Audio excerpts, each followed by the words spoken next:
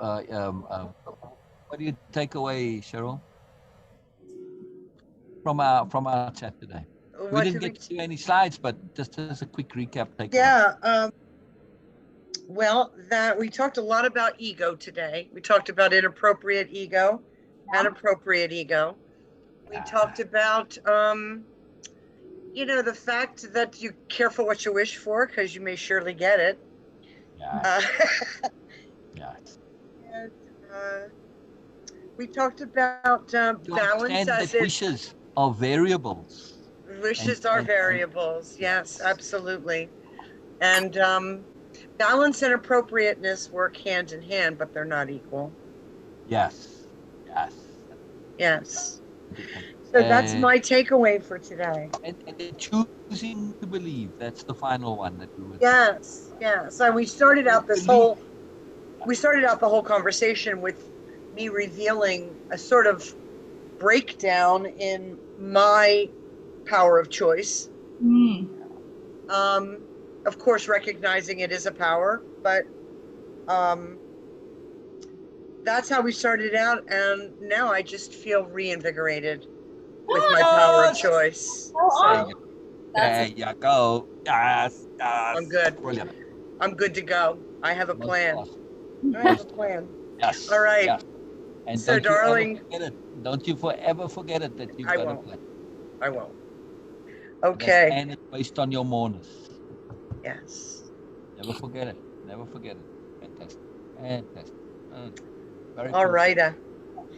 Well, you guys have a great session, and I'll see you Tuesday. Yes. Very cool. Very cool. Oh, we spoke about confidence too. Oh, nice. And we did. And there's lots of I just had a little wrinkle yesterday, but we've smoothed that out. Okay, so I'm back. Don't go away. Don't go away. Don't go away. Because I actually didn't share it with you. I shared it with Robin earlier, and I thought I had with you, but it was actually with Robin earlier. So we've been talking about confidence in roundabout ways, right? Particularly in people pleasing, right? And also being situations where people come and they put pressure on you, like Bina was saying, where people come and they being horrible, and she should have said no, bugger off, get lost, but she doesn't want to be rude, right? In that kind of a people pleasing way. So it's all related and connected. Right. So to continue in our conversation, we were speaking about confidence, right? If I'm summarizing, Erica, and we to paraphrase, at least this is what in my mind what's been going on. So I'm trying to share this. So I was thinking that for the most part, our confidence comes based on experience. Yes. Right. That was such a huge conversation for me last time. Yes. Yes. So I'm thinking. So wait a second, but this isn't actually true. Right. Always, yes, in general, but the issue that we are truly talking about, right? You and I were talking, Erica. I said the issue we're really talking about is how to have confidence which is not based on experience, right? So that means that now I'm not basing my experience on what I have done but what I am able to potentially do in the future. So my confidence is now based on my ability to adapt, my ability to think, my ability to discern, my ability to be aware, my ability to be appropriate, my ability to anticipate, and my ability to figure it out in the moment, right? This is thus my confidence now becomes founded on self-trust. And self-trust cannot exist in a vacuum. It has to be. I was going to say, capital T trust is the big. Exactly. Is the big picture here. You need to trust in yourself and your ability. Exactly. And Erica is the titan of trust. Right? I mean, I can pull up some videos and send it to you if you want, where we've gotten these fantastic seminars from Erica on trust.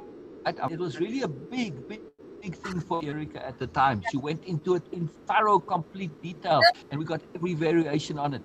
Trust, how it connects to choice and everything, and all sorts of magical stuff. But now I wish to say and connect this capital T trust to self-trust and also thus to confidence. So we have an entirely different set of circumstances. Now, we also talked about the necessity to understand capital P practice. And Erica brought up the point we mentioned many times before, is absolutely to become comfortable and understand the value of becoming comfortable with being uncomfortable. Because when you go into a new situation where you've never experienced this before, and you have confidence that you're going to deal with it, you've got to say, in the beginning, I'm going to be a little bit uncomfortable while I learn, but I'm going to trust that I will learn. And as I learn, that discomfort turns into acceptance, understanding, awareness, and then I get comfortable and I can do it, right? But it's learning on the job. So capital P practice is always essentially you starting off with, like, even if you're practicing a musical instrument, you're making horrible sounds, and then you adjust because, well, no, that doesn't sound good, and it sounds better. So always there's a bit of awkwardness and uncomfortableness, but you got to get through that and trust that you will. And when we develop this confidence and this knowledge, and in other words, use that experience, which is sort of a non-experience, as it were, the experience of learning, the experience of adapting, the experience of figuring it out, the experience of persisting. Step 1 is awkward. Step 2 is slightly less awkward. Step 3 is a little bit more comfortable. And step 4, you say, well, what was I afraid of? It was not as bad as I thought it was going to be. It actually turned out to be nothing. That's what we want to remember. And this now becomes our power of learning. Sorry, Erica, one more point I want to make on this. Can you hold it? Well, yes, but this is related to this, what you're saying right now. There was something I was going to say, that a big part of our conversation that for me was a major point of new understanding was the discussion of attitude in all. Yes. And yes. That Exactly. a big part of the practice and the part of sort of switching what is based on is, instead of saying, well, I'm only confident in being able to do XYZ if I've done it before. Yes. You don't want to have that attitude anymore, because that limits you to only being you of right now. A big part of leveraging practice, and part of what you're doing when you're capital P practicing, is approaching something with a different attitude. And that's what that's part of the self-trust conversation, was that I'm going to have an attitude of, I got this. Of confidence, or even like we've talked about the whole like acting. So any kind, I mean, it could be anything. You could say, I'm going to walk into this as if I am the Queen of England, and I'm going to have an attitude of, it could be anything, but leveraging that ability of yours to really sort of pretend, kind of capital P pretend, to be something else, to do something else. That leverages you into, look, I can be anything, and therefore I can do anything. Yes. Caterpillar logic, in other words. Right. And we mentioned that specifically. The caterpillar has to believe in what it is not. That was a quote from that, right? A caterpillar, in order to become a butterfly, has to believe in what it is not. That's huge. Because based its ability to become a butterfly only on past experience, it would never become a butterfly.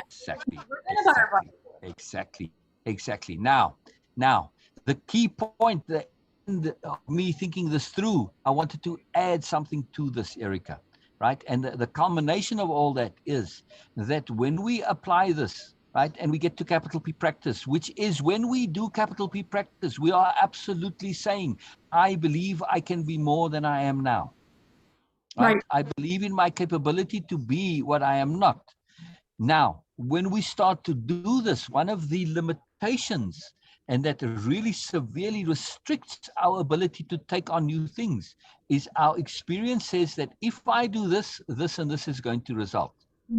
Right? So we have cause and effect. In other words, we have an understanding of how the world works based on our experience. And that sometimes can be a severe limitation. So the key point I want to make is that when we build this into our understanding, that the world does not work the way we think it does.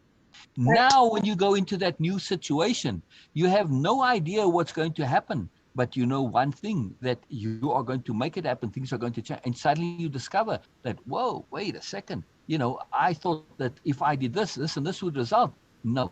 For instance, like a lot of people don't share personal stories, or, they don't share like deep points of philosophy, just for argument's sake, because they think people are going to think they're funny and queer and tease them or whatever. But then they share it, and what they expected to happen doesn't happen. Now, usually by the time they get to do that, their attitudes and mindsets have changed. And there's another factor that comes into place, and that's queuing, right? So now the rules change because I'm the one that's actually implementing new rules.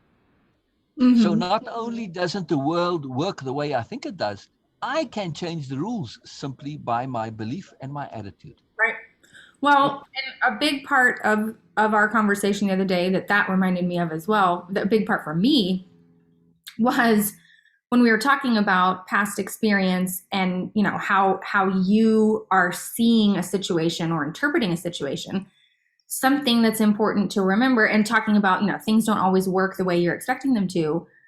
A big thing for me has been the concept of sort of the relativity of our experiences. So you and I could be in the same situation, but we could experience it very differently. And I think that's a really important thing for me in this conversation, and the whole, basing confidence on past experience or just expecting things to happen a certain way. It's important for me to understand that my perception of a specific experience is just that. It's my perception. And there's many different interpretations of the experience itself. Just because I perceive it how it has to be doesn't mean that's the way it was. Doesn't mean that's the way it was for everyone. Doesn't mean that's the way it can. I'm experiencing that situation through a filter of my own bubble of understanding at that particular moment in time. So that bubble, and therefore my experience, is subject to change at any moment in time, depending on where, any number of factors. Even at that moment. Right, exactly. So what you're experiencing is basically set in stone. It's always bound to change. Yeah. And we know that we can shift perspective at any given time, and possibly should. Right. To consider all possibilities. Yeah, absolutely. Mm-hmm. Okay. Well, listen, guys, I've got to run. I got to go take a puppy out for a potty break. So I'm going to be leaving. He walked away for a moment. I'll see him Tuesday. Yeah. No, I'm here. Bye-bye, Okay. Cheryl. Very cool. Okay. All right, not just that. I just want to say one key thing. Not just perspective we can shift, but also perception. Perception. Yes. And perception can affect our reality very literally. It can affect what? I'm sorry? Our reality. Ah, okay. Yeah. Well, and there was a post in the group today, actually, where somebody said that perception changes your chemistry, your internal chemistry, right? And they had two people seeing an insect, and the one is all afraid, and the other one says, "Oh, cool," and the one has positive, the other one's negative. It changes your internal chemistry, and your internal chemistry changes your perception of reality. So it's a very big deal. So both perception and perspective, that we in charge of those. And I think we need to know that for most people, their perception is their reality. Exactly. And they don't always have the ability to shift. Exactly. But you should know who you're dealing with. Yeah. Exactly. And when we understand how this thus changes how the world works, we say, the world doesn't work the way we think it does. Because it changes, the way the world changes, it changes a lot based on our perspective and perception. Right. In attitude, we can change the rules, in other words. Yeah. Big deal. Very cool stuff. Yeah, I wanted you to hear this. It was very cool. Very good. Thank you. Thanks for including me. And it's necessary. It's important. Yeah. I'll see you all soon. Okay. Bye-bye, Cheryl. All right. Bye. Bye. And hello, Erica. Hello. It just makes me so happy. I was sharing this with Robin. She just came on for a few minutes, but still, it was so powerful. It's such a big point, Yes. It's so huge. And now when we take this in the context of queuing, we start to see, whoa, wait a second, our options of behavior and consequence and cause and effect are vastly expanded simply through this awareness of, first of all, the world doesn't work the way we think it does, right? There's some flexibility. It's not fixed, it's not rigid, but also we can be the one to determine those rules through queuing. And this is something quite remarkable, especially for us, right? And by us, I mean those of a modest and humble persuasion, right? This is a very big deal, and it takes quite a lot of doing to get to a point where we are determining the rules through queuing. Right? This requires, a whole different mindset, so that it's not one of arrogance. Right? We have to find other ways to get there, where it's not arrogance, right? Because we won't be able to do it from a point of arrogance, and quite rightly so. And it's a trap that we, of course, will want to avoid. And we are so, at this point, absolutely anti-arrogance that it's not one we'll be able to do. But we might also fall into the trap of not doing because we're afraid of arrogance. And this is not so. So we have to understand that there are many, many, many ethical necessities and rightness and appropriateness for us taking the lead sometime and instituting our way of doing things, our rules, our sensibilities. Yes, I am sort of dictating to a large extent, but hey, it's better than the alternative. Right. So either I leave, like, for instance, the superiority paradigm, and you come in and you come with a whole attitude about the magic of collaboration and, treating each other with respect, and you change it. And now you've got a new paradigm, simply through your force of will and your own confidence, right? And this is very powerful. This is ridiculously powerful. Absolutely. Yeah. Agree.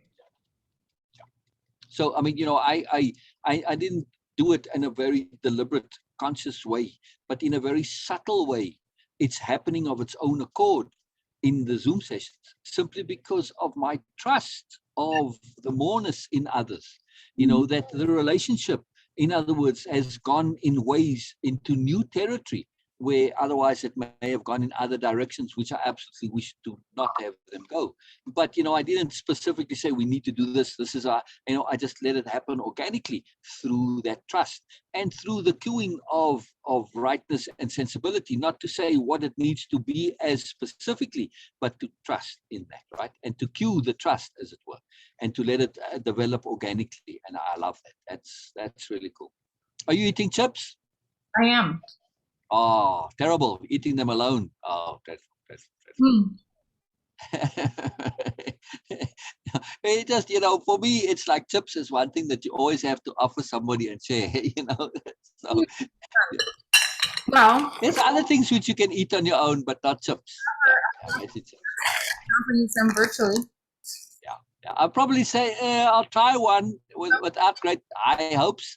But I have seen, over the years, Olivia would buy stuff like this.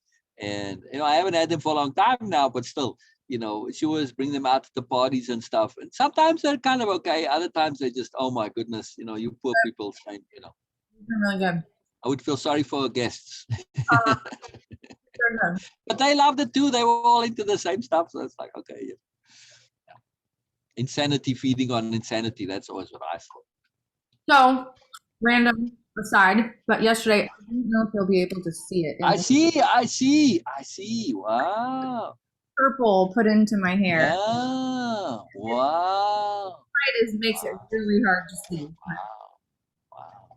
If I could find one of there's a section. I like that. Here below. All right. So for me, it has a special significance.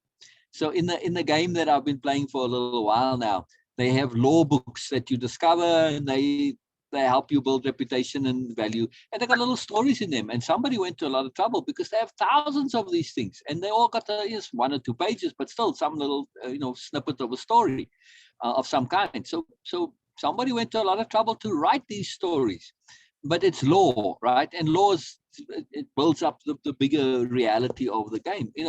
the depth, in other words. So these law books, though, that's the color. When you're running through the countryside or riding around, you see that bluish, purplish color, and you'll be a law book, and then you follow that. So that's very cool. You got law in your hair, in other words. I like that. Very cool. magic, in other words. I like it. Yeah, very cool. Very cool. So, yeah, listening. Well, I was going to say, this is also unrelated. I have something. I love it. Interesting to share, but if you were. No. I was just going to continue with the thing that we are just going to reiterate, but I want to hear them all. So this is, another random aside, but I thought it was really interesting. I love it. A very long story as to how I got to doing this particular activity, but yesterday, I started looking up the roots of words, like, Greek root. Etymology, in other words. Root of words. Yeah, etymology, yes. Yeah. And so, like I said, long story on how I got here, but I got to the point where I was looking up the root of the word exist. And this was so fascinating. The root of the word what? Say again? Exist. Wow. So it said that the word exist comes from Latin, and it comes from, so X, like EX in Latin, means out, and then sistere means take a stand. So the root of the word exist or existence really meant like to take an outward stand or to come out and take a stand. Yeah. That is really different. Like, to me, I tend to think of existing as sort of this base level, like you're just existing, but the root of that is so much more powerful. And then this is where it got really cool to me. It said the combination of that X and sistere led to the Latin word existere, which means come into being. And I was like, okay, this makes total sense to me with all of our conversations about capital B, being, and how just being is such a powerful thing, and it's more than we typically attribute that to be, because with this Latin root, coming into being or just being does not mean just being. It means literally taking a stand. Like, if you choose, if we go back to the conversation of sort of choosing the circumstances of your birth or choosing to be born at all, choosing to exist means choosing to come out and take a stand on something, which is really cool. And that was a really interesting take on that this idea of just being for so many of us has a negative connotation of, if you're not doing, then you're not, then, just being is being lazy. But being, existing, originally meant taking a stand, stepping out, stepping into your power, which is so cool. And for me, that is magic. I love that, Erica. That's really, really awesome and cool. Wow. That ties into everything that we're about. That, to exist, you've got to take a stand. Otherwise, it's meaningless. You're not really, because by implication, they are saying, if you don't take a stance, you don't really exist. Right. You will not exist. And I fully agree with that. Absolutely. I love that concept of. Now I got to hear the long story of how you came to research. I love the concept that, that I don't know, it's just so fascinating to me. I had already come to this new understanding of being and capital B being, but I love that that was sort of the original intent of this word was, it's not just like baseline existence of, you're not doing anything important. Being is taking a stand outwardly. It's putting yourself out there. It's saying, this is me and this is who I am. I love that. It's so cool. So, that is very, very magically cool. The way I got here was I was thinking, I was reading something yesterday or listening to something. I don't even remember what I was doing. I was listening to something that was back on this sort of ever-present topic of balance and duality in terms of like identity, like this inner balance of sort of shadow and light, or all of these different aspects of self. And so I started thinking, for me, I really like the concept. I mean, I ended up calling this idea of sort of different representations or interpretations of the same whole as being associated with collaborative counterbalances. But for me, when I thought of that term in my head, that was something that was applying on a bigger level, like sort of a universal level, like, the universality of this sort of collaborative counterbalance of the laws of the universe and all these different things. And so I started thinking, I would really like to have a term that represents this same concept, but on a more personal level, like, internally for an individual person. And so I started trying to figure out, like, okay, there's got to be something out there. What can I come across? I started sort of trying to look it up, and I was going, where do I even start? And I thought, okay, one good place to start would be, this is so random, but I was thinking about, I was like, what are those sea creatures that are like, it's made up of a bunch of different organisms, but they all function together as one whole organism. And I'm like, I don't. Barrier reef? No, but that's similar concept. No, this is like it looks like an animal, like it looks like a creature. Oh, so it moves around and everything? And it functions as one creature, but it would be like if a colony of ants functioned as this ant person, right? And so I'm like, okay, I know these things exist. I don't remember what they're called. So I go off on this huge hunt. What is it called? I finally found it, and it is a siphonophore. And the most famous example of a siphonophore is a Portuguese man-o'-war.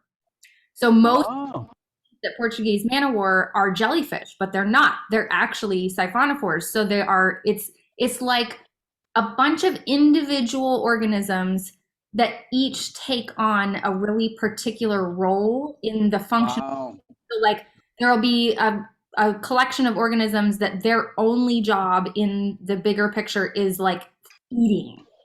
And then there's another collection of organisms that their only job is moving the whole. Yeah. There's another one that their only job is like digesting the food. Another one that, and they all function together as this one blob, And so I'm looking at the definition of siphonophore, and I was like, yeah, that's it. And it says, siphonophore comes from the Greek terms, something that's similar to siphon, which meant tube. And then, I forget what the last part of it was, but it was something about like functioning together. And I was like, okay, well, that's interesting. Maybe I could just make up my own term based on root words. Like if there's not one that exists, maybe I can just make up my own word.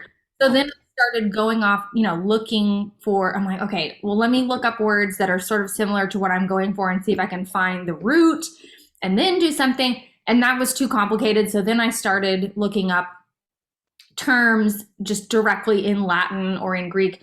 and I came across exist, and I read that and I was like, holy cow, this is like, that is not what I would have thought the root of exist to be at all, to come out and take a stand. Like, wow, that's so different than I would have thought. Wow.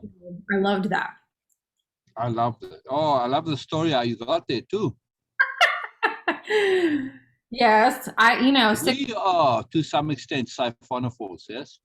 yes, I agree. And that was why With a biome in the gut.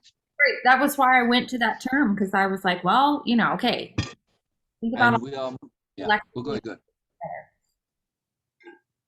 Sorry, say again? I just said that's why that was the first thing that popped into my head when I started trying to think of an example that was similar to what I was going for. It was like, what are those things in the ocean that do that? They sort of, it's like multiple things that function as one whole. And certainly psychologically. Absolutely. Yeah. All the different aspects. Right. That's absolutely, And that's the part that really is important to me in our conversation today. That when we look at our behavior from a point of view of saying, but you want to go and do something, and there's a part of you that says, no, you can't, because look, this is the way it works. The inner bureaucrats always go on experience, and they don't even rely on all experience. They only rely on experience that turned out safe. Right. True. Yeah. They don't really learn from mistakes. They just say, avoid that. Mm-hmm. True. Fascinating. Yeah, that is very true. I've seen this plenty times, I've had this as a consistent theme in my life, which is why, I mention it so often. The world does not work the way we think it does. This has been very profound for me. This has been very, very profound. Because I inhibited much in my life because I assumed or thought or believed that I couldn't do things or shouldn't do things because there would be consequence to it. And that's not been so. Turned out it was useful at the time, yes. But also it worked, but just because it worked, it doesn't mean there were better ways. Right. They were. Very powerful. Very, very powerful.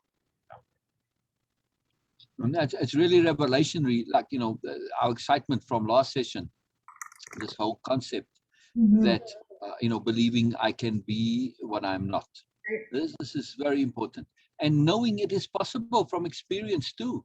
We have done things, we've become different. I'm not a baby anymore. I'm a different being, So I can't go by that logic that I'm only capable of doing what I am now, or, some slight variations, and it's this, linear progression. No, that you learn little things little by little, that, you can't suddenly jump into something new. Of course you can. Right. If you have the abstract tools of learning and growth and awareness and discernment and understanding, yes, absolutely you can. No problem at all. Absolutely. I've started from nothing more than enough times to attest to the reality of that. That was the story that I was finishing when you came on. The tail end of it was from when I won the lottery but didn't collect. Yes. And I was saying to Cheryl, if there was to be a redo of some kind, right? Now, it's very interesting. Olivia had a long, consistent thing where she would have dreams or sort of vision dreams of. I'm trying to remember what she called it, a book of something, and essentially the pages in this book were views of different lives, but not in the past, simultaneously. Wow. Yeah, this was very interesting, right? And then she got to see how, some of the stuff that I'm repeating the same pattern and all this stuff.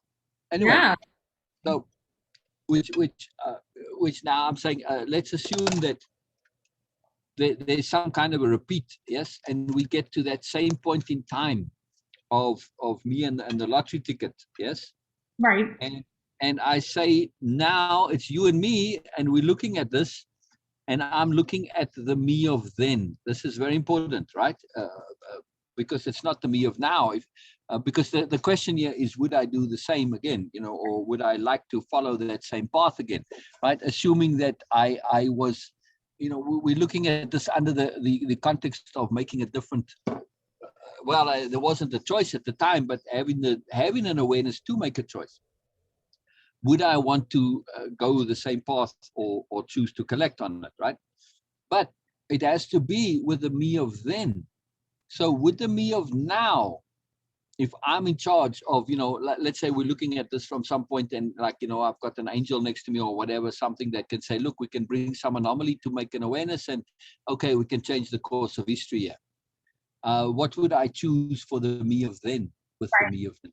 Right. If it was the me of now, I'd certainly choose different because, well, I've done the one, I want to choose the other, right? Because, well, it's a new experience, and I know now that I have tools to deal with it. Would I have been able to deal with it then? Because what came consequently was a proof of concept that my philosophy, my ideology was valid, was real. And that was very huge. The self-proof, in other words, that was massive, right? Everything following on from that, and even before that already, was about proving. Like when we went out into the desert, this was absolutely not an exercise of newness, but an exercise of self-proof. Right? So it started from then on already, from the moment we decided to live in attunement. And so I feel that from the me of now and the me of then, I would choose not to collect on the lottery because of the power of, I know the value of what came afterwards. Right. I'm betting a certainty on an uncertainty. Right. And that's, I did actually learn something from my father, something he once said, never bet a certainty on an uncertainty. Yeah. So, I would choose that again because I know the value.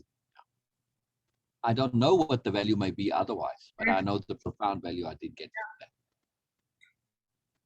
I like it. But certainly the me of now says, hey, bring it on. I'm very happy to win the lottery right now. Right. It wouldn't be detrimental. Yeah. I'd know what to do with it and how to handle it. I might not have the energy for it because it would take a lot of effort to deal with it, I feel. Right. I agree. I can't, yeah. It's sort of, to me, that's sort of like the idea of fame, The idea sounds nice, but it comes with a lot of added complication. I mean, I thought a lot about stuff that, I mean, if you ask me, like, I think Bina asked me what I would do. And I said, well, right now, I'm not particularly motivated to do anything. Right. Other than what I'm doing. I just don't have that motivation to do it. Back then, yeah. I mean, I would probably do what, I don't know, Bezos and what's his name? The Tesla guy. Oh, Elon Musk. Yeah. So, what those guys are doing, they spending their money on all sorts of wonderful projects. I've got a zillion of those, projects of that nature, that would be great to do, but it requires energy. Right. And it's like, am I really that motivated? Am I really that bothered? No. Right. I probably spend it on fairly trivial stuff like going to a sleep clinic or something. Hey, I don't think that's trivial at all. I know, but relatively, at least in most people's logic, I mean, my needs are fairly simple, and so that stuff, the effort, reward, the return, just isn't there really. Right. But see, I think I'll probably be a very lazy billionaire with just kind of, okay, somebody's already done it, I'll just buy what they've done. Thank you very much. I think that's the smart way to go with, especially being a lottery winner, is to spend it on practical things like that instead of blowing it on buying a helicopter or something. Right. And that's the thing that makes the people worse off. The overwhelming majority end up worse off than they were before because they just think there's no bounds. Yeah. And they have no restriction and limitation. And trust, of course, is the biggest thing that screws it up. They can't trust anybody. They don't know how to deal. They don't have the discernment to be able to see genuineness from non-genuineness. Yeah. I mean, if they wanted people to keep their lottery winnings, they should give it to you where nobody knows you won the lottery. But of course, one of the conditions of winning the lottery is that they use you in promotion. I completely agree. I think it should be anonymous. Right. But then again, they wouldn't have the publicity unless you choose to do it. But they should give you the option to be anonymous. Right. Yeah. I mean, I guess once they paid you, you can always renege on your contract. What they're going to do? True. If you disappear, it's not like they're going to, really find you. And what are the penalties? This is true. An unenforceable contract in a way. Still, it's really interesting, just hiring people, trusting them. It's like, man, I don't want to have to go through all that necessarily. That's really not worthwhile. Right. I mean, I thought about this a lot, actually. And I probably would go with people that I knew. I would probably come to somebody like you and say, hey, you know what, Erica, you want something to do? Here we go. You and Joe, you can be the administrators of my estate, right.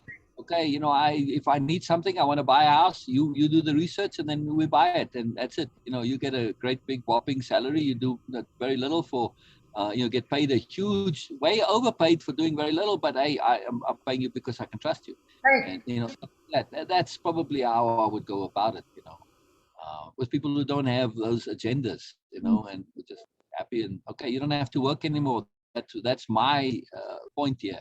And nobody knows what you're doing. Okay, that's it. It's very quiet, very low key. Yeah. That's the key to it all. But nothing really changes, right? Right.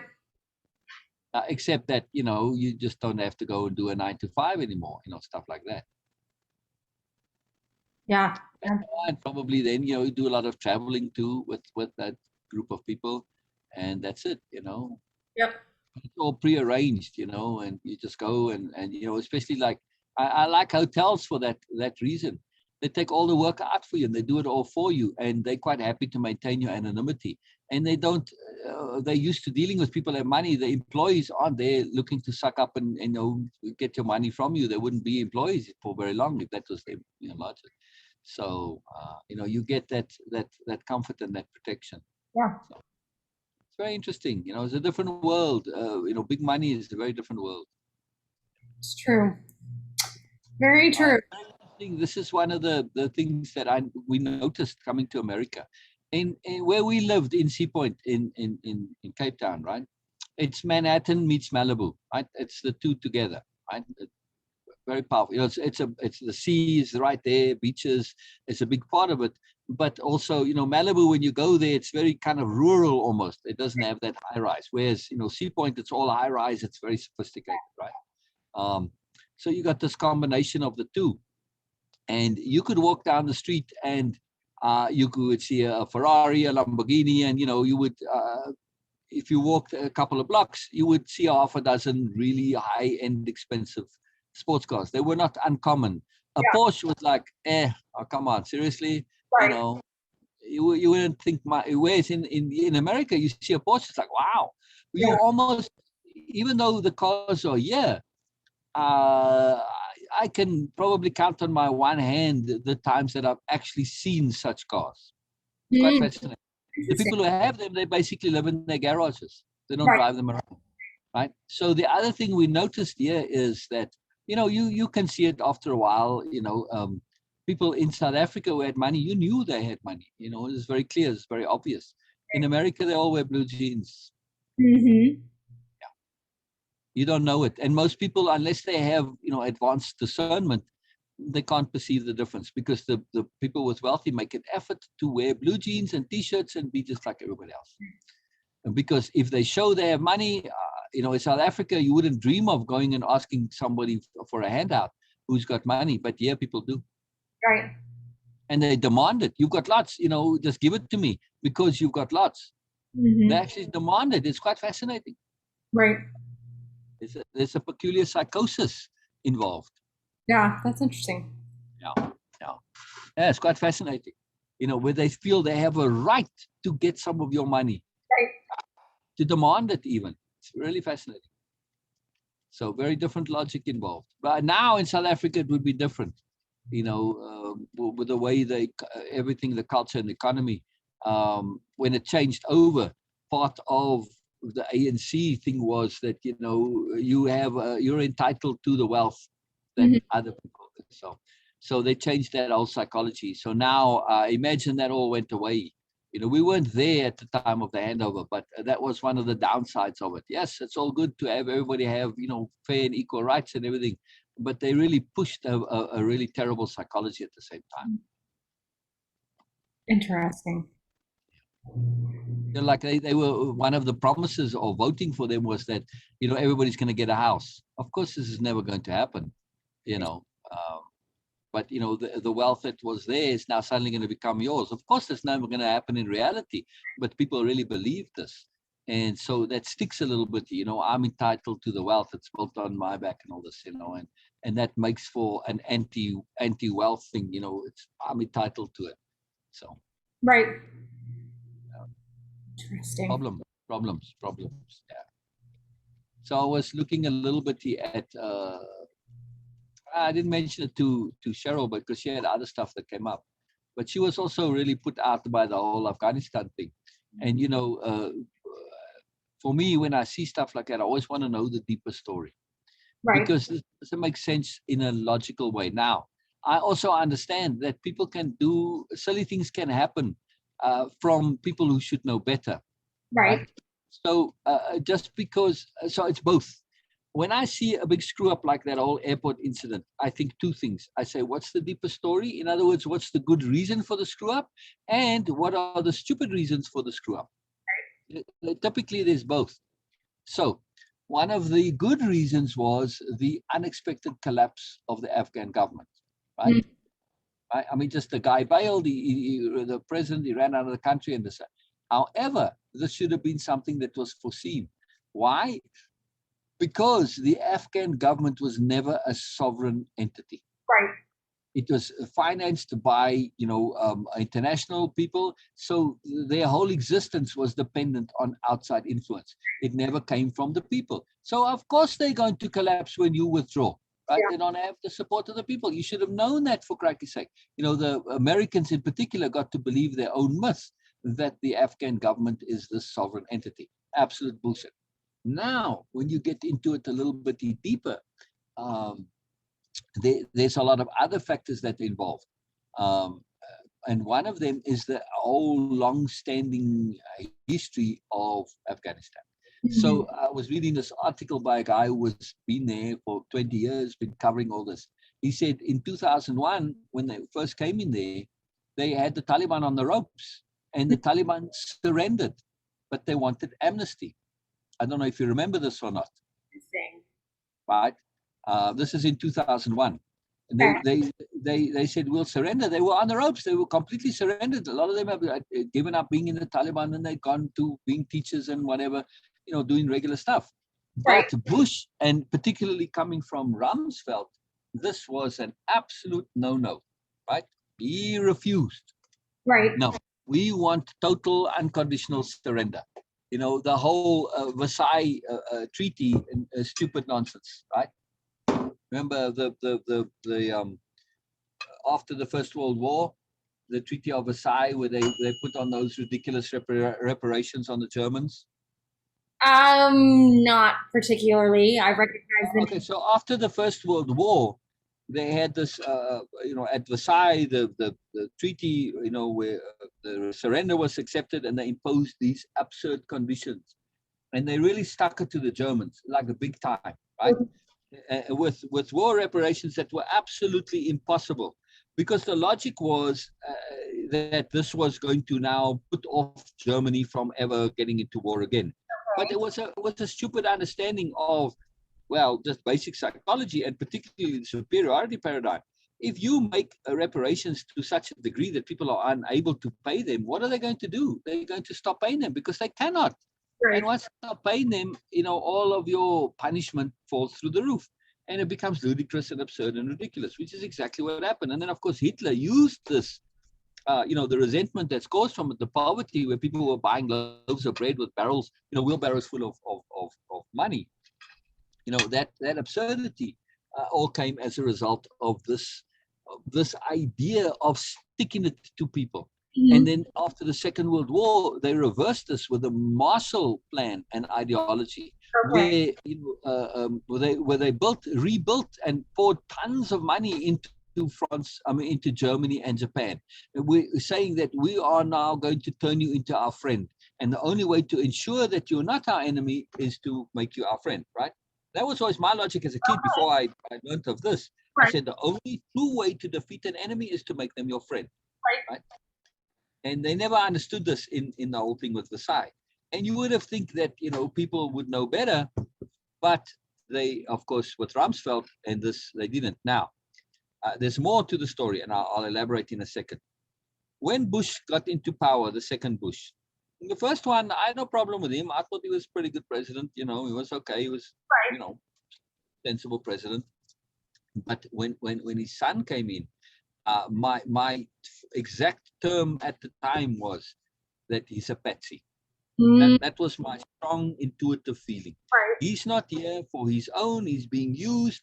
And there was many things that it wasn't just an intuitive perception, many things that gave rise to this deeper perception. All right. So we get this war, which, as we know, that they really pressed this thing. It was an artificially, I knew at the time it was a manipulation with the whole WMDs and all this bullshit, right? And I said it at the time, look, you are being leveraged into believing something because somebody's got an agenda here. The way they pushed it through so quickly, they wanted this to happen, and they were under pressure to make it happen. And of course, it's the money, right? Now, I wasn't sure how the money thing comes into it. Here's the thing. With Rumsfeld, he changed the paradigm of how America does and makes war, right? They did it in two ways. The superiority of air support, you have very limited ground, which they go in, and they're so completely supported by air support that there's very low risk to your troops, right? Very low casualties. And also, they did something else, mercenaries. I don't think most Americans are aware that the wars in Iraq and Afghanistan, we always hear about our troops and how they fought this war. No, they didn't. The mercenaries did most of the fighting. Right. And this use of mercenaries comes from Rumsfeld. Right? Now, we've heard all about the abuses, but they also keep that relatively low. But here's the crux of it. It's the money. When you start a war and you know that your guy in there is going to employ your mercenary companies, right? Now it's a whole different paradigm. Now war is a whole different, it's not just about me making money supplying you. I'm getting paid directly as the mercenary. I mean, Blackwater was not much of a company when those wars started. Now they are one of like a big deal company, right? So this guy was saying, the use of mercenaries changed everything. And it made the whole thing totally unnecessary. And because of this, they made the Taliban be something that had necessary for a resistance. Because the horrors, the atrocities we all heard about Abu Ghraib, he said there were dozens of Abu Ghraibs in Afghanistan that you didn't hear about. It was terrible. And this is what gave the Taliban legitimacy. They were defeated. People didn't like them, didn't want them. And also there's an ongoing civil war. And so basically they made the Taliban into something. Furthermore, this mercenary things, they literally imported warlords who'd been exiled and kicked out. They brought them back and paid them to fight against the Taliban. It's absolutely astonishing. So when you look at the whole cultural milieu of this happening, America is the one who made the Taliban. Well, of course, because you need an enemy to fight to justify the mercenaries. Right. That's the whole point of the whole deal. You get this ongoing no-win war, and I'm getting paid to fight it all the time. But that in the past, if you're sacrificing, your American soldiers, this ain't going to last for that long. People get tired of it very quickly. But if you can keep your American casualties to an absolute minimum, and it's okay, every now and then it's not a big deal. And you're making your money fighting this war as mercenary. Yeah. You now see the whole logic of George Bush Jr. Right. And I saw that. I didn't know exactly how and why, but now I do see it. Very powerful. Yeah. Oh, I knew they were making money out of it before this. I didn't know the mercenaries went that far back and were so predominant. But I knew they were making it out of construction, like in Halliburton with what's his name, the vice president, the guy who never smiled. Oh,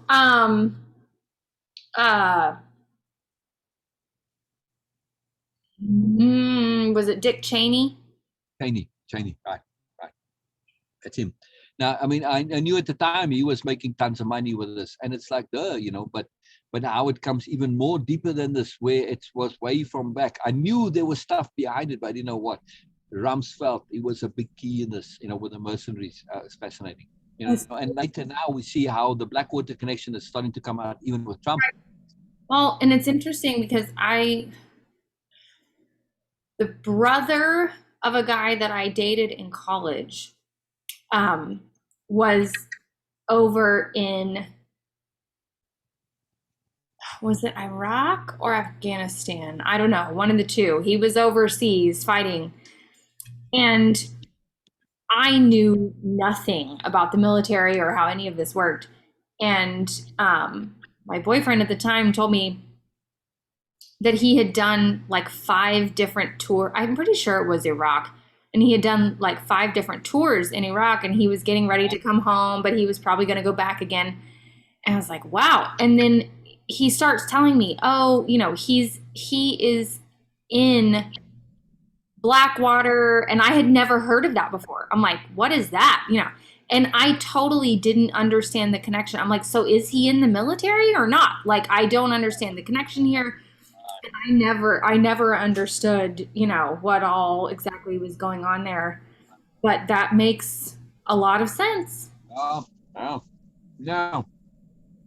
This is very clever in the people who are doing this from a point of managing it. Yes. They don't hide the fact that they're mercenaries. Right. But they minimize it. Right. Yeah, we use mercenaries here and there, and okay, people accept that they do the dirty jobs or whatever. Right. And it's nice. And that's the really interesting thing to me about all of this is that, I later heard, and to be honest, knowing this guy's brother and his entire family, it doesn't surprise me. I heard later that, these guys that they recruit into Blackwater are typically dudes that get kicked out of the military because they've done some awful thing, or they've done something in the military. Like, no, Blackwater goes, come over here because we want those type of people. Yeah. I mean, this whole Blackwater thing in the mercenaries, in history, America is the bad guy in Afghanistan and Iraq by a long shot, Right. I remember an interview somewhere that I read with the guy said, you watch the Rambo movies. We watch them too.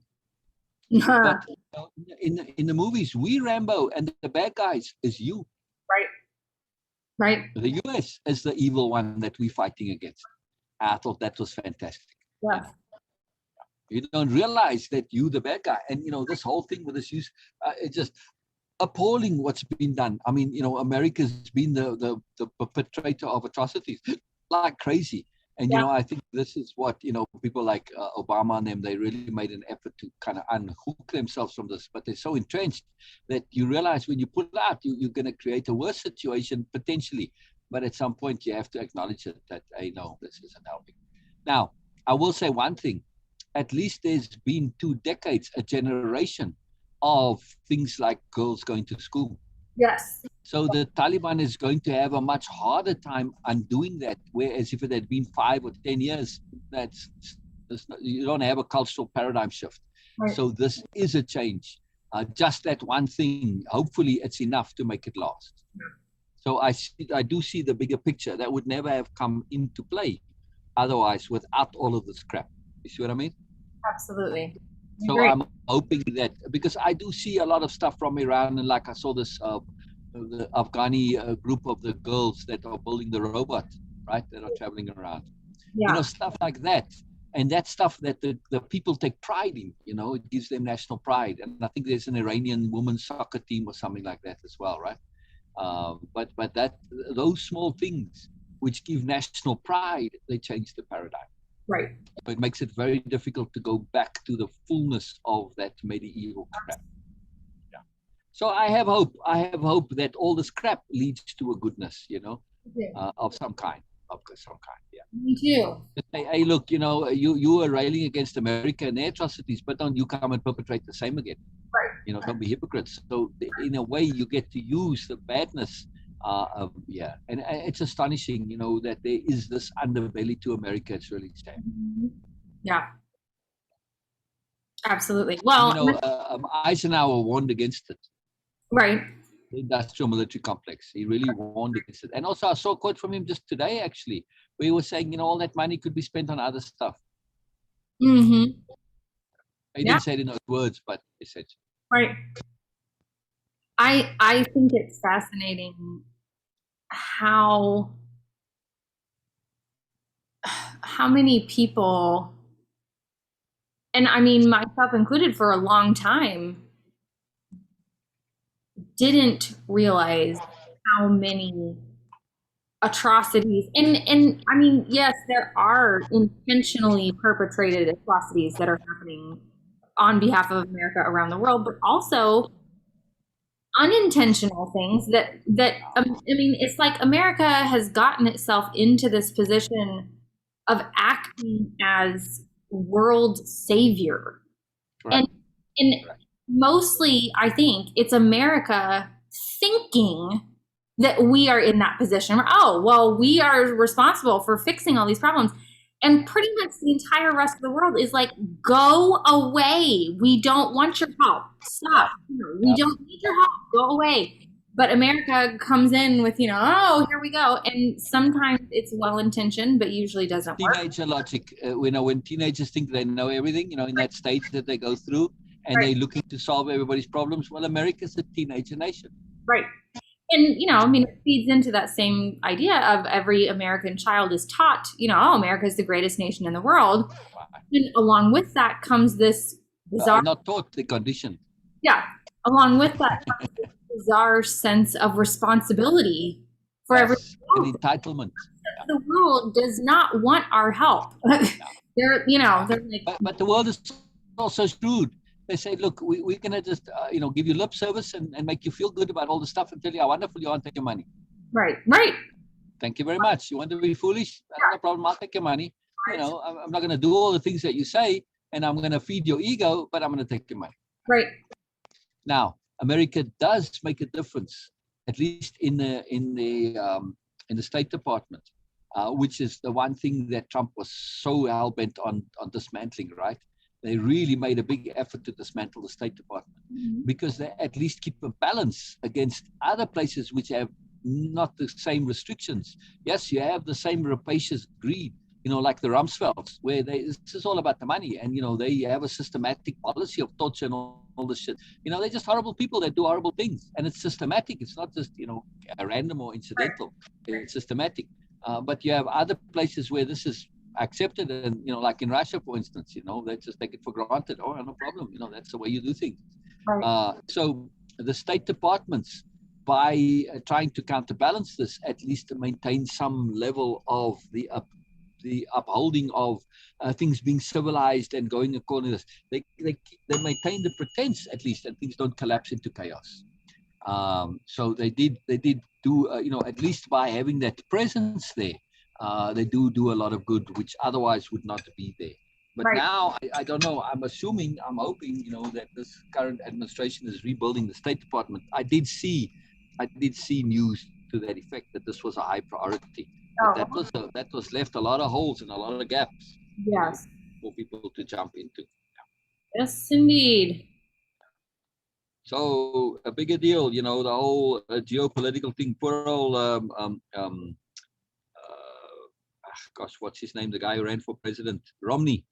When he said the biggest geopolitical threat is Russia, people laughed at him. Yes. Right. Yeah. Right. It's true. It's now a case of, where awareness, discernment, and understanding is so necessary. He had some of the right ideas, but his ability to communicate was terrible. His capital diplomacy was horrible. His lack of awareness of who he's talking to, listening to the audience, speaking their language, etc., etc. Just lost it, and to a large extent, unfortunately, with Hillary, a little bit of the same. Yeah. I saw this so many times with Hillary. It's like, seriously, come on, you should know better, and they didn't. They dropped the ball on so many things, But intent and well-meaning and all this and understanding of how things work, it's there, but she lacked the communication abilities. Right. Bill had the communication down a bit better, but Hillary not so much. Yeah. And she couldn't rely on him enough, unfortunately, because he was so tarnished by that time. Right. Yeah. But I would have liked to have seen her be a president, I gotta say. Yeah, I think I agree. I think it would have been interesting to see how she did things. Yeah, I mean, I watched Hillary very closely from before, when she was already just the wife of the governor, right? Right. So I paid attention to Hillary long before, actually before he was even a governor. She came onto my radar, and I'm not sure why. It was people objected to her back then already, because she was a lawyer and she was somebody in her own right, and they were very threatened by her, and it was one of the negatives in him becoming a governor in Arkansas. Yeah. So, and because of her being a little bit more front and center, there was a great degree of antipathy and negativity to him before he even became president. People really went in for it and started to push propaganda because of Hillary. So they were already long-term recipients of this negative propaganda. It's fascinating. Because of it. But if you watch her life work, and what she tries to do, she's a really deeply, deeply good, caring person. It's quite fantastic. She's also very smart. And, that sometimes conflicts. People can't understand when like her investments, that when you succeed in this, that you're now suddenly not good anymore. Right. Yeah, a lot of times that the two go hand in hand, but she got a lot of a raw deal because of poor propaganda on her side. Poor marketing, in other words. True. Got a bit of a raw deal. But a lot of it is our own fault, We should have known better. Really, you should have known better. Made a lot of silly mistakes. That's part of her charm, though, is that naivety in a sense. Mm-hmm.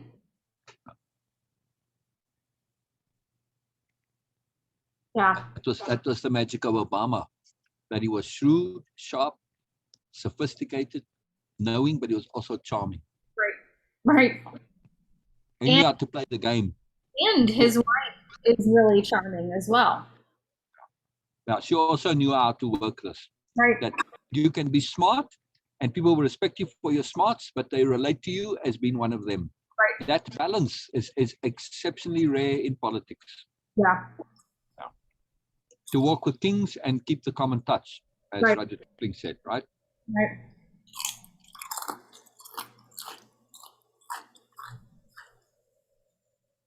Again, too, when we look at this in the context of the world working the way we think it does, it limited Hillary to a large extent. Mm-hmm. And Obama was very aware that the rules don't apply. Right. You can use different rules in different situations, and they're not the same. The same rules don't apply, and you can change them now. Right. And you can set the rules too. I really feel Obama will go down as one of the greatest presidents. Right. When there's some more time and distance, I think he keeps growing up. He keeps going up on the lists of greatest presidents. I just saw something recently now. We came up like 2 or 3 spots on the list. I think he's like at number 5 now or something like that. Interesting. Yeah. Like it went up from number 8. Yeah. That's really interesting. No. Yeah, I've heard interesting takes on him as president from within the Democratic Party. Like I think Sean King has brought up some interesting perspectives. Criticisms of him from within? Do what? Are these criticisms of him from within? Yes, and the interesting thing about it coming from Sean King is that, Sean King is a big civil rights leader, and he has said, look, I know that as Black people in America, we all love Obama. This was a major representation for us, but there were also many things that he did not do. Yep. In terms of advancing civil rights during both of his terms. There were a lot of things that I don't know that he has ever said there were things that Obama particularly put into place himself, but he didn't put an end to something that someone else had started, which is interesting. I mean, it is really interesting to see some things that he brings up. Now, I do think that I'm sure were reasons for that, right? There's probably, Sean is very, very liberal, and I'm sure there are things that as president, it would have been a waste of time to try to push through that was the thing. Exactly. So I sorry, I don't mean to interrupt you. No, that's okay. Yeah, I mean, it would have been a waste of time or energy to push through with the Senate or Congress. This is what made Obama exceptional. And the criticism, when you see it, you inevitably see the one criticizing is somebody who has a very shorter, narrower term, limited context perception. When you start to look at him from overall context, then everything changes. Right. And the thing is, he did stuff that was prudent, always prudent. Right. He didn't do stuff for political gain. He didn't do stuff to make him popular. He was one president, which is why I say he'll go down as one of the greatest. Right. Because he did stuff that he knew was going to result in some kind of unpopularity, but did it anyway. Yeah, because of prudence, like the whole Syria thing, for instance. Right. Yes, we could get involved in Syria, but then you end up with another Afghanistan and Iran. Right. Prudence. Absolutely. Yeah. You got to bite the bullet somewhere at some time and say, look, sorry, this is not my fight. I got to write it off. I can't fight all the battles in the world. I'd like to, but I can't. Right. So prudence. And especially, dealing with the economics and all of that. Here's the thing that really impressed me. At the time, I was paying a lot of attention to the stock exchange and economics and all this, and I was listening to Bloomberg every day.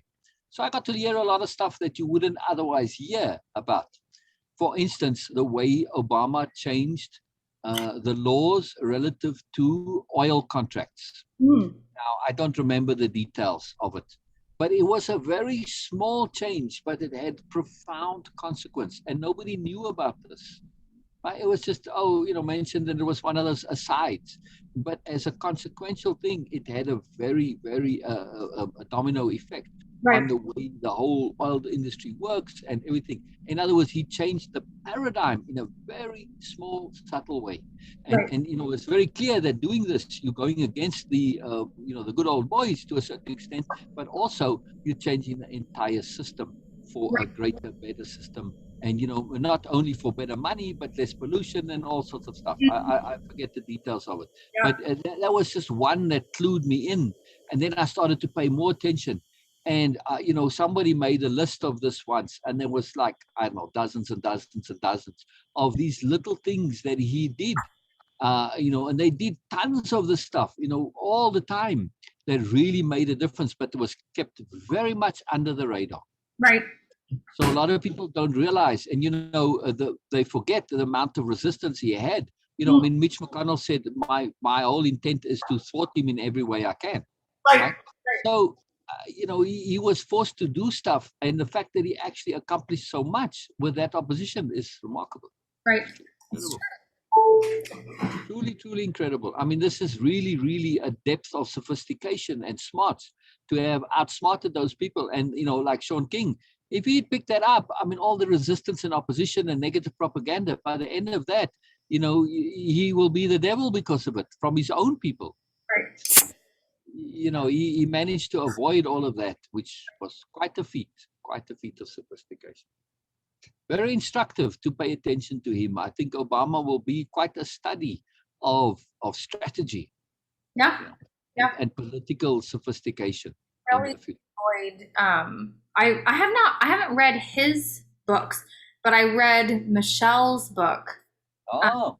About, you know, I mean, it does go through the presidency, but it's also about, you know, her life growing up and sort of how they met and their relationship prior to the presidency. And it's a really interesting view into what drove, I mean, you know, you certainly see her background, but you also get a view of him as a young adult and sort of understanding what drove him.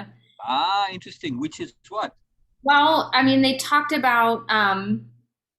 definitely talked about his family, but I think it's been a couple of years since I read the book, so I don't remember a lot of the details, but he did a lot of work in Chicago when they were there with just Black youth, but youth, sort of troubled youth, or like disadvantaged youth, right? Like basically anybody who was poor or not white. You know, he did a lot of work with kids, and that was one of the things that really drove him to get into big time politics, was to make a difference that would positively affect younger generations. And, you know, I mean, it's a really interesting view into that whole part of their life and sort of how they got into this and how they navigated all of that. And it was really interesting. It was an interesting story. And I do think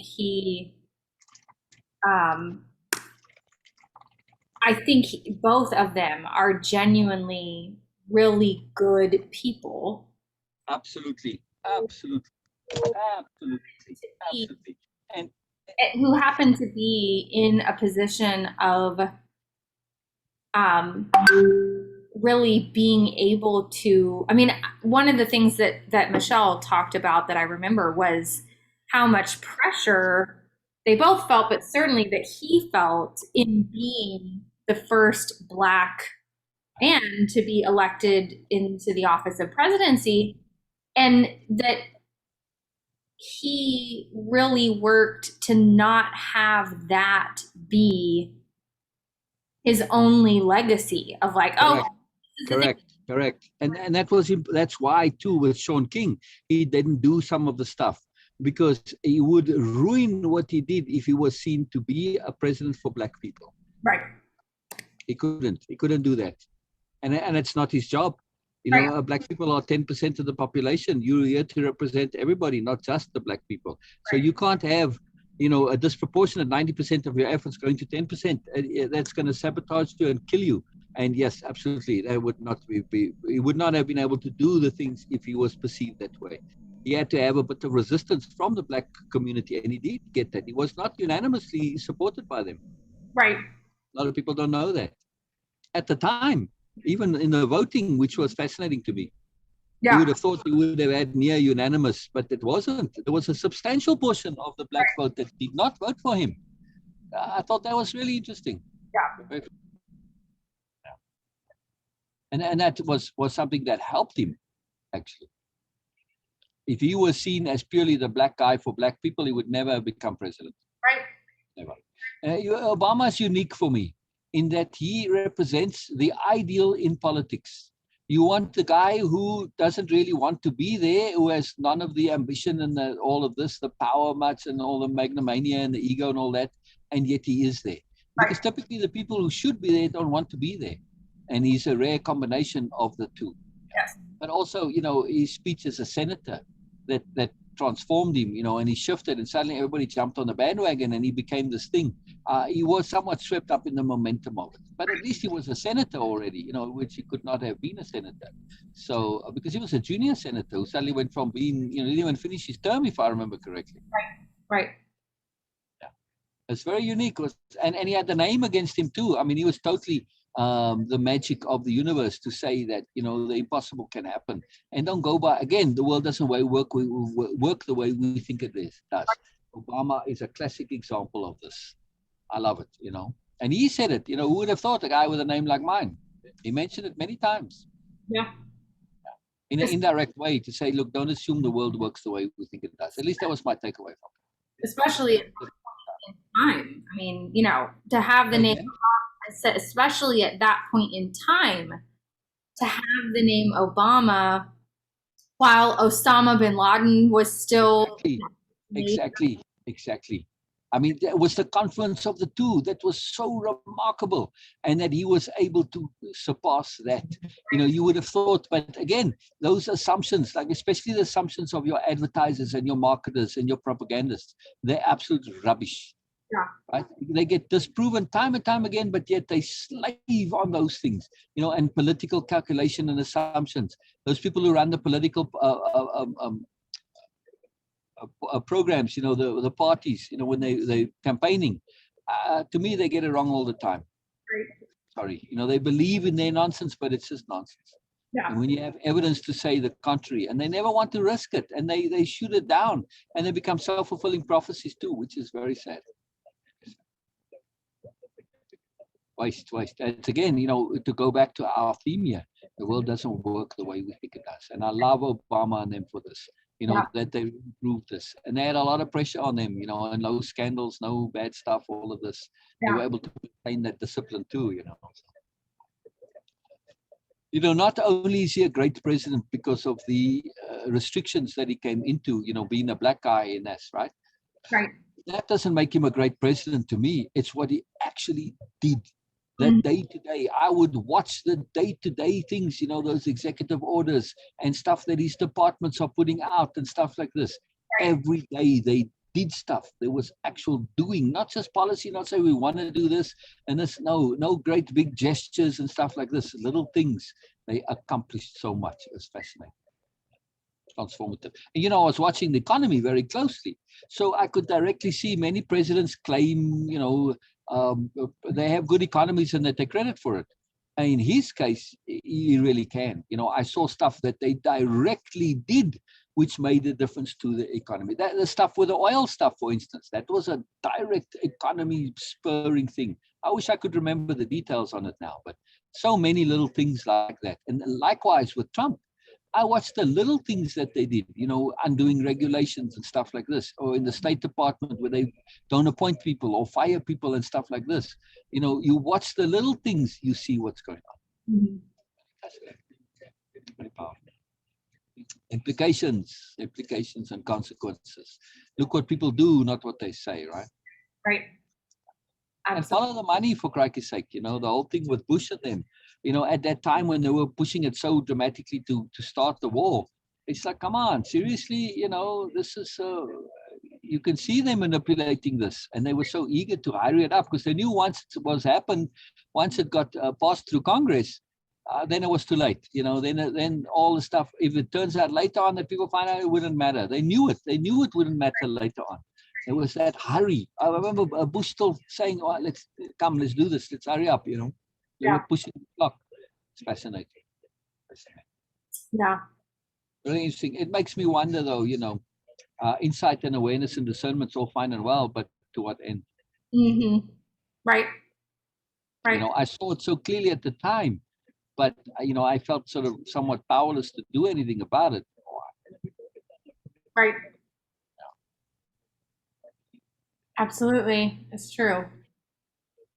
And that's a question that haunts me to a large extent, you know, what to do with that discernment. Right. I mean, I put it into trust. True. You have to. There's no other choice. And I do see how a lot of the crap turns out to be good in the end, in the very, very long run. So I'm hoping that, you know, like I saw that story come out. That's a story. I saw a lot of stories at the time of Vietnam that came through and didn't really make a difference. But I'm hoping in today's media age, people will really look at this and say, you know, like I saw the general when they were announcing that we finally out. He said, look, our presence there was not in vain. The American lives not in vain. I was so hoping a reporter would say, what actually did we accomplish? What was the value? Right. Because really, what do you point to? Right. Yes, you say this, and we understand that you need to say this because no mother wants to know that their son died or daughter died in vain for no particular reason. But sorry, that's the harsh reality, right? And this, I would hope, is pushed a little bit more and made clear so that when the stuff comes around again, that we say, hell no. Right. Look back at Afghanistan and Iran, and what did we accomplish? Absolutely bugger all. Yeah. Matter of fact, they made the situation worse. They empowered the Taliban, which is fascinating. Yeah. It is. It's so, yeah. It's mind-blowing, But again, you saw their logic. They wanted an enemy where they could employ the mercenaries and spend the money. And then once you're in control and you're justifying this, the other companies that come in, with the bridges and the roads and all of this, Halliburton, it was just a fantastic opportunity to make money. But I do think, though, that this opportunity is lost. Yeah. Right? And I'm sort of something I've sort of been preaching for the longest time. You want to prevent war? Make sure you have more globalization, not less. Right. When this whole thing with globalization started, I said, seriously, people, what are you proposing here? Do you realize what you are saying? This whole anti-globalization was with people with one-step logic. They were told it's bad and they have no idea why it's bad and they just were anti it. Right. But the globalization is what prevents wars. All right. So you're proposing a war against, all right, let's say Japan. Man, I'm invested in Toyota and McDonald's and all of these. They're all so totally interconnected. If you go make war on Japan, my McDonald's stocks are going to suffer. Right. My Toyota stocks are going to suffer. So I don't want you to go to war. The more entrenched you are, the harder it becomes from the people who have money, the economics, it becomes expensive and it touches people in the pockets who might otherwise support you. Iran and Iraq and Afghanistan, or at least Afghanistan and Iraq, they didn't have economies where we were very entangled. So a little bit, but not so much that it's significant. So that you were able to go and do, and this is the big thing with Iran, why you can't really, because they have a more substantial economy and there is actual investment in there. And it makes it a lot more difficult to justify it. A lot of people can say, no, Alna, don't go in there, you're going to cost me money. So the more entangled, the more the world is all working together, the more impossible war becomes. Right. There are very few places left on earth like Iraq and Afghanistan that are, like this guy in the article was saying, Afghanistan is one of the most rural countries in the whole world. Right. Yeah. It's fascinating. So, this whole globalization thing, when you start to see, hey, get everybody involved, get all the multinationals to go because that gets people invested. And now you're connected and you can't go and blow up my factories that I spend money putting in there. I'm the one who loses the money, not you. And those people, they have some influence, they have some voice. The money talks. There's counterbalancing forces in money. The military wants to make their money one way and people like Blackwater. But, the guys that are invested like McDonald's, they're going to lose out, Right. So, it's very powerful, yeah? It is. Different way of thinking about the world. Yeah. When you were talking about war and sort of the justification for war, justification, rationalization, yeah. I was I got to the end of that podcast that my mom recommended, and last episode that I listened to the other day was talking about, I had never heard of this, I don't think, which is interesting because apparently it played a big role in the Oklahoma City bombing. But the what again? What again? Say again. I haven't said it yet, but they were talking about the Iron Mountain report, which I had never heard of, but apparently it played a big role in the Oklahoma City bombing. I guess Timothy McVeigh and Terry Nichols were big followers of something or other, which had major connections with the Iron Mountain report. They talked about the sort of the background of how this came to be, but they didn't go into a whole lot of detail of what exactly the Iron Mountain report said. So I want to do some further investigation, but it was so fascinating. They said that Iron Mountain, Iron Mountain is a real company. It had a really interesting history of how it started, but I think this was in the 70s, because I think it was in the 70s. I don't know, maybe 70s, 80s, sometime around there. The facility turned into, so back in it's in New York, I think. And when it very first started, it was actually an old abandoned like coal mine or some kind of underground mine facility. This guy bought it and did a whole bunch of different things with it, but in the end, it ended up being turned into secure storage, like underground storage. And he did that when there was the big, I think during, or like right after World War II, where everybody was doing the whole bomb scare, kids. Right. The nuclear bunkers and stuff. Yeah. And so this guy outfitted Iron Mountain with all of these bomb protections and everything, and marketed it as, this is a safe place to store like important records, place for museums to store important works. Oh, wow. That you want to keep safe from some, nuclear disaster or whatever. Like Iron Mountain has been outfitted as this incredibly safe thing. And then it also, I don't remember what they said. I think they did say that it does also have like meeting rooms where people could meet in a secure space. And so this is where you get all of the movies where you see like some world event is going on, and the cabal of these important people all go underground.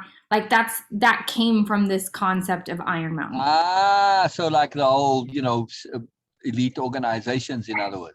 Like elite organizations that are meeting in secret in some underground bunker, like that came to be because of the reality of Iron Mountain offering this, secure meeting place for people who were important or whatever.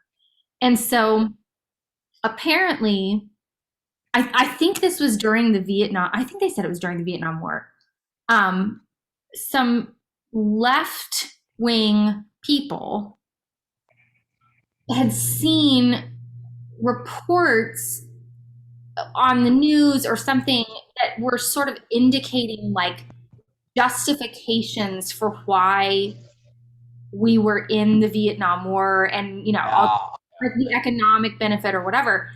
And so these left-wing people, and I don't even remember, I want to say they were like journalists or something, but I can't remember. They got together and created this totally fake report called the Iron Mountain, like the report from Iron Mountain or something. Wow. It got published as a book, and it was supposed to be this like satire thing, basically saying like, this is what right-wing people think. They were like blowing things way out of proportion as this satire thing of what conservatives were saying. Yeah. Basically like how Rush Limbaugh started off, in my opinion. And it was supposed to be this totally satirical thing, and it was like in this report, which was marketed as like, this is a real report that came out of Iron Mountain, and it was leaked by, what did they say, like a high-ranking official from some branch of the government or something in Minnesota, and it was never supposed to reach the public. And that basically what came about was that all of these higher up people from various government organizations, like secret government organizations, got together and decided that, like, they basically had a discussion about what would happen if the worst possible outcome were to come true and we found ourselves in peacetime. It was like this whole conspiracy. Wow. Wow. The government wants to keep us in a war, all because of economic benefit and, you know, all of stuff. And like, you know, the government is getting together and trying to figure out how to like fake war if we ever find ourselves in peacetime and everything.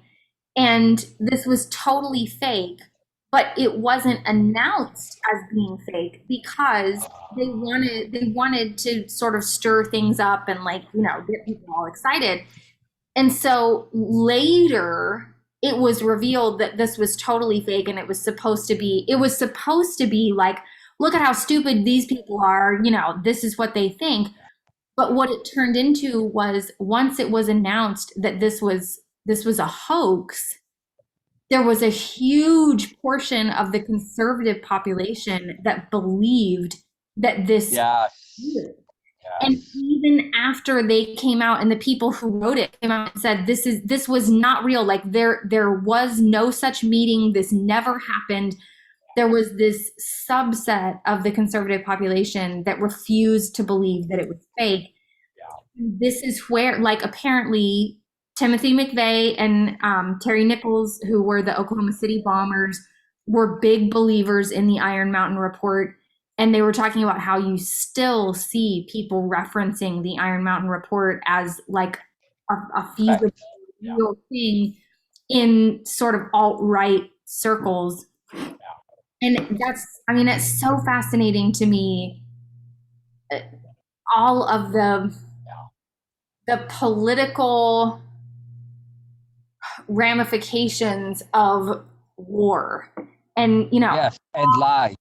I mean, just there's so, you know, war brings about so many interesting economic changes, so many interesting political changes, and it's amazing how passionate people are on the subject of. Oh, absolutely. Yes. When you look at war through the lens of the superiority paradigm, it all makes sense. Right. People hate war, but they also love war because it makes them feel superior. It's fascinating. It's really, you know, everything, when we look at this through this lens of the superiority paradigm, so much more makes sense. Look at those people who bought into the report, right? And then it was later on, you know, revealed, no, this is false. Who refused to change their mind. Of course, they're going to refuse to change their mind. Superiority paradigm is very important. They don't want to sit with egg on their face. So they double down. It's astonishing. It's astonishing. You know, Bina's friend who's lost all his friends. You know, he went off Facebook for, you know, in protest, and then he went to, and nobody else followed him anyway, and he was totally on his own. So now he's come back, and his reason for coming back is so that he can annoy Zuckerberg. Right. Like, seriously, you know, Zuckerberg pays attention to you and your posts, and like, really, you know. Right. But you know, the paradigm here is of somebody who's become aware that they've basically, you know, backed the wrong horse, and they can't acknowledge it. And they keep doubling down, and they get even more and more egregious and preposterous. Yeah. Right. Yeah. So it's COVID now, which is fascinating. Yes. Interesting. Yeah. But, you know, it's, and then, you know, stuff starts to change a little bit, but I never said it was a hoax. Right. Well, you know, reported the hoaxes, you know, like, seriously, you know, and, you know, I scroll through his timeline just to see the level of dishonesty, just gross, blatant dishonesty in those posts that are so obvious. Like, there's a post where they've got this hugely overweight guy in some kind of a nightgown, and I don't know, the comment is, whatever, this is your Democratic governor, and then they've got a picture of, I think, DeSantis from Florida, of all people, you know, all bright and shiny, and then some positive comment, these are your Republican governors. And I mean, just seriously, dude, you can't use one example, which, okay, in the case of DeSantis, not even a very good example, but, you know, bright, shining face and all this, you know, that just because there's one, you know, fat Republican governor who's out of shape and whatever, and I guess there was some complaints against him, I'm assuming, you know, some negative thing against him. but that doesn't mean it's all of them. That's the implication. These are your Democratic governors. These are your Republican governors. I mean, just the preposterous logic is just absurd. It's beyond childish even, and this is fascinating to me. So I was saying to Bina, and there were post upon post upon post was this absolutely dishonest childishness, and just to kind of prove your point and win at all costs. This is the disease to me that is the real American disease. Yeah. This win at all costs. And I was wondering to if there isn't actually a mental virus going around. Yeah. Because this guy, from what Bina was saying, he's a poet and he writes, and he's got a sober job, and he was in jail for something or other, but still he's rebuilt his life. But his behavior is a bit anomalous, as it were. I mean, he's not a bad person. He's not deliberately lying, knowing he's lying just to get his way. So what's going on here? Yes, I understand people, they don't want to admit they've made a mistake and they're going to really lose all it. But still, you're worried about what? Your friends thinking bad of you? You have no more friends left. They can't think any worse of you. Right. What are you spending? It's astonishing. It's astonishing. So I wonder if there's not a kind of a mental virus. I saw this how far back now? I don't know, long before Trump. I started to see a tendency in the Republican politicians to say outlandish and stupid things. Mm-hmm. I remember one guy talking about rape, for instance, and he was, his platform was that, even if it's a rape baby, it's God's gift, and also, that kind of a logic, right? And just ridiculous. But he said it in a way that was so utterly preposterously stupid. Mm-hmm. It was astonishing. And I remember thinking at the time, like, wow, I know politicians say, outrageous stuff, or at least not necessarily outrageous. I've known them to say untrue things for the purposes of getting into office. I never saw them say clearly outrageous things before. And it wasn't outrageous in the terms of, a political ideology, like racism. That I can understand. Right. It was internally outrageous stuff that was self-contradictory, which just like anybody who hears this, even if you support what he's saying, you say, but you're just an idiot for saying this. And yet it worked. And I noticed that it seemed to me at the time, well, now it's just par for the course, but that, when somebody did this, I don't know if they were trying to get out of office by saying outrageous things and then it backfired on them. But then I started to see other politicians sort of trying to, or it seemed like they were trying to outdo each other with outrageousness. I don't think that was the actual idea, but it started to become almost like a plague. It's really fascinating to me. That, and I was like, how is this possible that these people are staying in office? And they did, and it helped them actually. So I don't know if they were, under, blackmail constraints and they were trying to get out of it. And well, people didn't vote for me. What can I do? But then it backfired. Right. And then it became the norm in Republican politics. This outrageous stuff worked. And this is, like I say, long before Trump, and it set the stage for Trump. Right. Fascinating. I wrote a post about it somewhere along the line. Absolutely. It's true. Really, really intriguing to me because it was so anomalous at the time. And now I don't even think we pay too much attention to it anymore. We sort of just accept it. Yep. But I wonder if there isn't I wonder if there isn't like a mental virus of some kind. Like the virus of cat people that they have. Yeah. Cat people? Well, cats give off a particular thing that lives in your brain that makes you like them and love them. Yeah. It starts with a T. I can't remember, but yeah. So, I mean, if that's possible, why not in other ways? Right. Some virus that's clicked onto conservatism, right, and superiority paradigm. You would think that, this is something that's been around for so long. It's a high likelihood. One of the things that that the podcaster talked about in one of her episodes was the Invasion of the Body Snatchers movie. Ah, right. That whole concept of like, She was talking about Rush Limbaugh, I think, in that same episode. And she said that one of the things that Rush sort of repeatedly, and she actually played a clip of him saying this directly. He said basically, you should listen to my radio station because it saves you. The alternative is reading newspapers or watching the news and having to filter through all of this information and figure out what you think and blah, blah, blah. Or you could just listen to me talk about it and I will tell you what to think. Yeah. And she said, he literally said this. He literally told people, listen to me and I will just tell you what you should think about XYZ. And she was talking about the Invasion of the Body Snatchers thing and how one of the scenes that always stuck out to her was when the main character is talking to one of the aliens, and it says, look, just succumb to this. This is a pleasant thing for you. This makes things so much easier for you because you just get to exist. We take over. We do all the thinking for you. You don't have to do anything anymore. You go into this blissful state of whatever, and we do all of the hard work.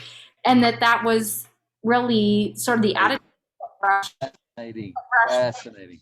And that you see that, that's so common now that it's like, oh, just your news source is no longer expected to be neutral. It's supposed to be totally skewed because you want them to tell you what you should think about whatever's going on.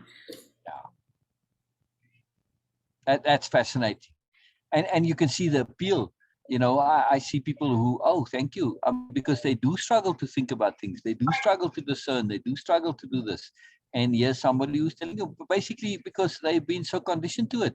Rush said that essentially took the place of the preacher. Yes, absolutely. Right. The preachers, yes, okay, at least in the black churches, there is still a lot of politics in the churches, and they do take that role. But it's a bit questionable, right, to be directly political. It's accepted in some churches, but still they have to be careful, right? Whereas Rush just said, look, listen to me, I'm your preacher when it comes to politics. Right. And he took that place. In South Africa, that's how the Nationalist Party stayed in power through the church, and they manipulate it like crazy. It's quite amazing. It is. It is really crazy. Yeah. Just understanding, when one understands the sort of underlyingness of it, again, the superiority paradigm, it changes everything, right? It all starts to fit into place and make sense. I do still feel, though, I think that he started off as a satirist. Interesting. When I first heard these things, I used to laugh my ass off. I thought it was the funniest thing. Right. Yeah. I thought he was, his satire was directed against his audience, actually, and the people they supported. And, the big joke was that they were too stupid to really see it. Right. Well, I absolutely think that is Trump's game. Yeah. I don't think he said it. He said it in so many roundabout ways that, they're too stupid to get what I'm doing to them. He doesn't believe a word of the nonsense that he spews, but he knows what to say to get people to back him. Yeah. I just sent you a link to this article about the Iron Mountain thing.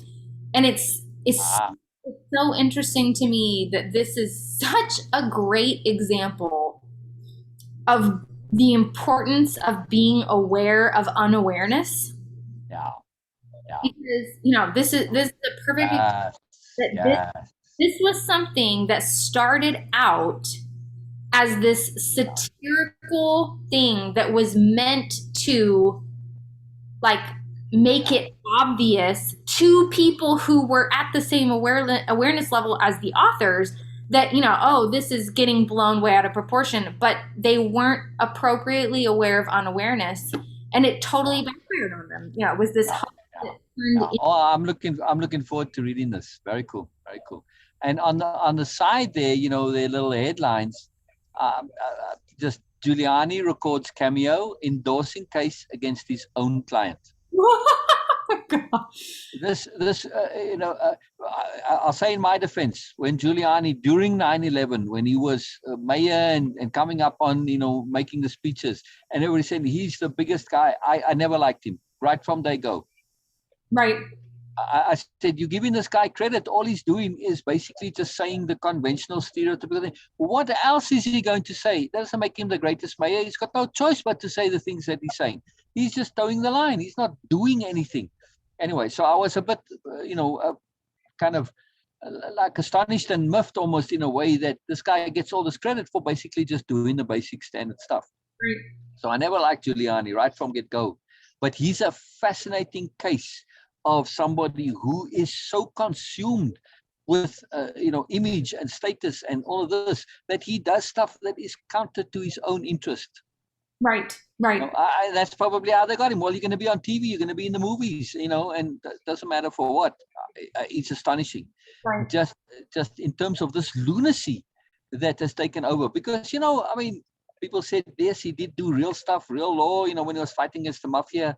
Now, okay, I don't know how much he got his underlings in that to do it. I have seen people get by with knowing absolutely bugger all, and they get other people to do the work for him and take all the credit. But he is just this walking contradiction of you know, stupid intelligence. It's fascinating. Yeah. So it doesn't surprise me that he's doing something like this. Yeah. You know, when we look back in history, we are going to be like, seriously, this guy really did this stuff? I don't think people will believe it. You know, he's absolute idiocy. Yeah. Yeah. It's fascinating. Fascinating. It's not a very long article, actually, right? No, it's not. Oh, I thought it was a much longer article. Oh, Yeah. right. This Anyway, is yeah. I look forward to reading it. I'll definitely read it. Yeah, yeah. It's so much fascinating stuff. And, you know, all the thread of what's going on here, too, is that lies just cause problems. right. Right. You know, people think that, especially even if you think you're lying for a good reason, don't. You know, that's it. Don't hide the awful truth. Share it, because it just makes it worse. Right. And if we could get that through, you know, face the awful truth and deal with it, that's the key. Yeah. You know, not try and protect people from it. It just makes it worse. Right. Yeah. Actually, they start to build up a false immunity. You know, if you keep protecting people against the flu, they never build up a flu immunity. Then when it does hit them, it kills them. Right. And that's really what happens with this, you know, in politics, that people think this is the way to go, protect people against themselves. No, you just make it worse for them in the long run. True. And basically, in the land of the blind, the one-eyed man is king. That's bullshit, by the way. It's Yeah. like, you don't understand what I'm going through. You don't know where I'm coming from. Well, how would I want you to vote for you and you to be my king? No, sorry. You know, it's false logic again. You know, but a discernment, it's very powerful. Yeah. True. It's very true. It doesn't relate, you know. I hadn't thought about it in that way, but that's very true. I always, you know, when I hear these things, especially stuff that's accepted as sort of popular logic, you know, common sense stuff, I scrutinize and say, is this really so? You know, are you asking me, you know, you're quoting it as if it is taken for granted that it has value, but I don't take it for granted. Yeah. I don't. I always check it, you know, like in a case like this. And anyway, wow. Oh, well, actually, it's fascinating to me. It really, really is intriguing. Yeah. Really, really, really fascinating. Yes. Assumptions we make, you know, and common logic and common acceptance. I don't take it for granted. And when we learn this habit, you know, to check everything, oh, so valuable. Right. Mm-hmm. And then we really see the world doesn't work the way we think it does, right? Right. Oh, really cool. Really, really cool. Really, really cool. I like it. I like it. I'm just so enjoying, you know, what we're doing today, which is, you know, taking all the stuff that we were talking about and going a little bit further. Yes, we got involved in a bit in the politics, but it's about the discernment of it, right? And really about saying, hey, you know what, the world doesn't work the way we think it does. And okay, it's just on a political sense to look at the underlyingness of it. But then we say, hey, it's not just, it doesn't work the way we think it does. in certain contexts, but we can figure out how the world works when we start to look at the abstract understandings. And that's the power, right? When you start to understand the abstract, the meta logic, in other words, then it all starts to fall into place. Right. What to do about it, that's a question for another day. Yes.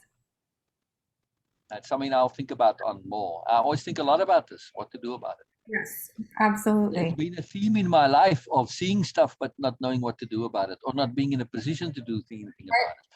Right. Very interesting. Yeah. Very cool. Very cool. Very cool. Very cool. I love it, Erica. I really, really, really love it. Very cool. Very cool. Thank you. I'm still digesting. So, I just wanted to emphasize self-confidence, self-trust, that link. And then the link between self-trust and trust. You know, how that makes that power triangle, yes? Absolutely. Very different thing to think of confidence in the context of self-trust. Very, very different. For me, it's massively transformative. Right. Me too. I'm still digesting all the stuff from the last. I still struggle with, confidence in certain aspects because of my humility and modesty. But trust, I have no problem with. When I shifted, just renaming it from confidence to trust and self-trust, I have no problem. I can trust like nobody's business. My whole life has been an exercise in trust. Ever since we changed to living, by attunement, to living through external input, everything has been trust since then. Every single thing, always been trust, right? It's that whole episode with the lottery ticket was a failure of trust on my part. Yeah, big failure. Anyway, one of the rare instances where I didn't trust 100% all the way. I didn't trust beyond obvious logic. Right. So, but again, confidence, when I put it in the context of trust, I've got confidence coming out of, everything. So up to kazoo. It's a big shift. When I think of this in the context of you with you saying, the inappropriate niceness or people pleasing, when you start to say, hey, I'm going to change my behavior based on trust, that's a different logic, no? Yeah. I'm going to trust myself to be different. Right. Trust myself to survive. Trust the universe. Trust the environment to provide me the assistance, the clues, whatever I need. Right.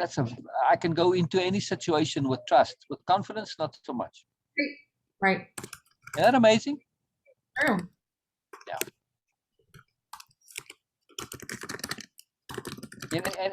And confidence is very different to courage. I'm ridiculously courageous. This I can say without any, self-importance or anything. I have, and I've surprised myself at my courage many times. Right.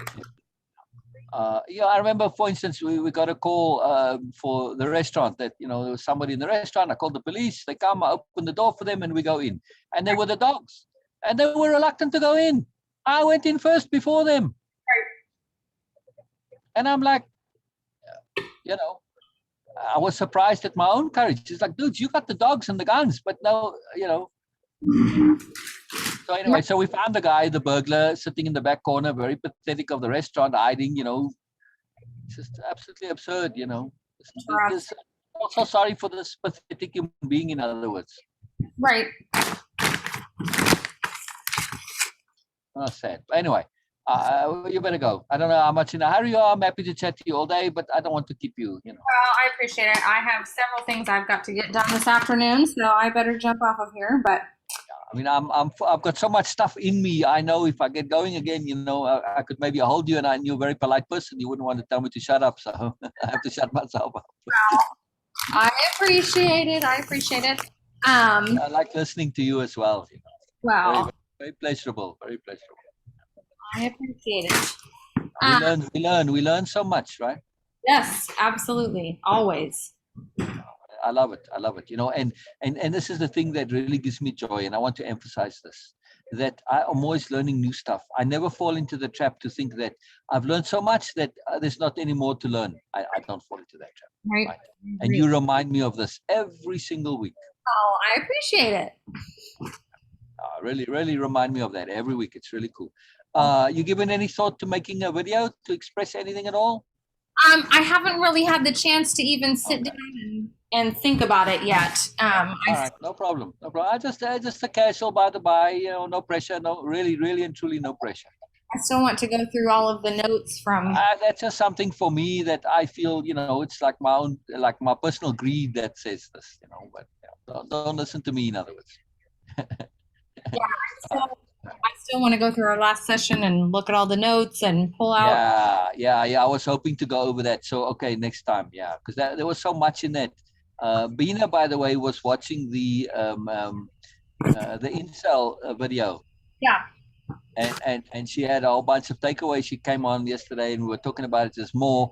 So, because it was late already, I try not to keep her up late. So she had a whole bunch of stuff from that. It was very powerful for her. So she really enjoyed watching it, she said. So. Well, good. That's great. Oh, yeah, it was very cool. It was very cool. Come up before you go. Her friend who's now got the COVID. I said, he may have a lot of this incel. He's not in the same age demographic, I mean, he's middle-aged guy. Right. But I suspect now he's become an incel. He was married before and all this, but I suspect now he's an incel. Right. Interesting. Which is really interesting. Yeah. And I think a lot of Trump supporters are the more mature incels. Right. I agree. Yeah. With youth, you can still get away with a lot. You're a hooligan and, okay, you're a bad boy, you get away with it. And, you have some success. But in an older guy, that's not attractive anymore, and then they become incels. And, okay, it's not such a direct pressure on his psychology as it is when you're young and you're still a virgin, and you have this pressure on not being a virgin. It's a big horrible thing in American society where you have this stigma of being a virgin. Right. And I know so many kids who just get laid simply just to get that out of the way, have no interest otherwise. It's a terrible thing. But in middle-aged guys, this is not such a big issue, but it does affect them nonetheless. And they find all sorts of ways to substitute and compensate. Right. So it's still there, just in different ways. Yes. Very interesting. All right, brilliant.